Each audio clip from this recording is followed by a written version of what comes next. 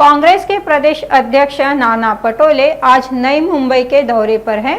वे नई मुंबई के दोनों निर्वाचन क्षेत्रों की समीक्षा करेंगे।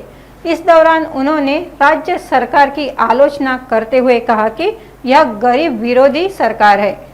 नई मुंबई के दोनों निर्वाचन क्षेत्रों की समीक्षा बैठक में हिस्सा लेने के पूर्व मीडिया से बात करते हुए पटोले ने कहा कि आज महाराष्ट्र में कानून व्यवस्था पूरी तरह चरमरा गई है। शर्म आनी चाहिए उन लोगों को जो कहते हैं कि विपक्ष राजनीति कर रहे हैं।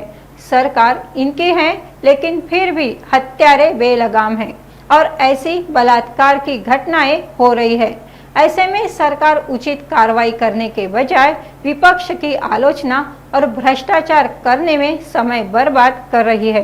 राज्य में न तो किसान खुश हैं, न युवा और न ही जनता।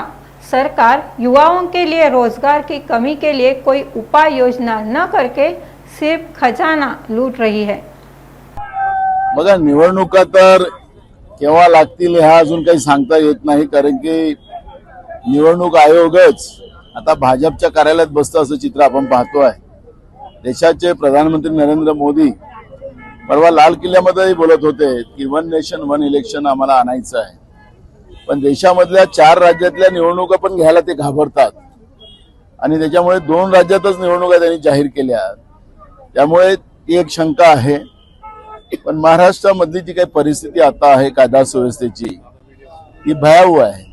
शाळेतल्या मुली सुरक्षित नाही, एक घटना नाही बदलापूरची, अशा घटना रोज आपण आज पण आपल्याला त्या घटना पाहायला मिळतात आहेत।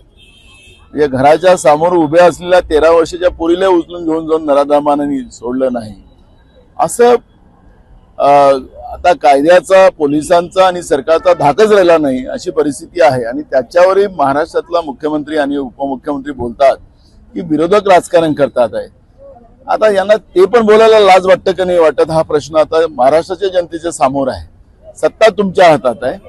हे नराधाम हे अशा पद्धतीचं करू शकतात, याचा अर्थच तुमचा त्यांना पाठिंबा आहे का? आपल्याला माहितीसाठी सांगतो की गुजरातमध्ये एका नराधामाने एका मुलीवर अत्याचार केला, तिला अत्याचार झाल्यानंतर तिला जीवे मारलं, त्याला जेल झाली, पण त्याला भाजपच्या लोकांनी सोडवलं आणि जेव्हा तो जेलच्या बाहेर आला तर त्याचं जसं त्यानं देशातला काही फार मोठा चांगला कार्यक्रम काम केलेला आहे म्हणून त्याचं स्वागताची जय्यत तयारी गुजरातमध्ये आपण पाहिली। म्हणजे ह्या नराधमाला असं वाटतं की भाजप सत्तेत आहे, भाजपचं अलायन्स सत्तेत आहे, तर आम्हाला सगळी मोकळीक आहे अशा पद्धतीचं चित्र आज महाराष्ट्रामध्ये आपण पाहतो आहे। आणि त्याच्यात हे लोक असं बोलत असतील की विरोधक राजकारण करतात। आम्हाला राजकारण करायचं नाही आहे। आज त्यांची कोणाची तरी मुलीचं झालं, उद्या कोणाच्या तरी मुलीचं होईल। आणि महाराष्ट्र हे छत्रपती शिवाजी महाराजांचा महाराष्ट्र आहे। आताच आपण त्यांना नतमस्तक झालो। इथं महिलांचं सन्मान असलेलं हे राज्य आहे। या शाहू फुले आंबेडकरांच्या महाराष्ट्रामध्ये असं चित्र होत असेल ना, इथं शेतकरी सुखी आहे, ना छोटा व्यापारी सुखी आहे, ना आमचा तरुण शिकलेला मुलं मुली त्यांना हाताला काम नाही, असा बेरोजगाराचा महाराष्ट्र हा निर्माण झाला।